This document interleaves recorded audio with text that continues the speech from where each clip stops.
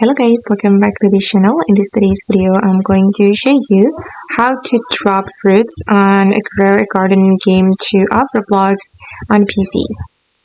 Okay, let's get into it guys. When you play Grow a Garden 2 on your mobile phone, you'll see drop button. But here there is no drop button guys, but don't worry, here is the tutorial for you. If you want to drop your fruit, you're going to equip the fruit that you want to drop, and then you can simply click on your backspace key on your keyboard like this, and then the fruit will automatically drop, and the other players will be able to pick up the fruit you have dropped.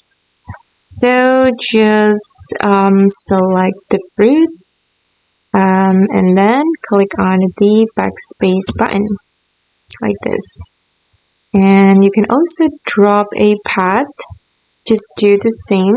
Just click on the backspace button. Okay guys, and that's how you can drop a fruit in Grow a Garden 2 game of Roblox on PC. I hope this video will be useful for you. Thank you so much for watching, and bye!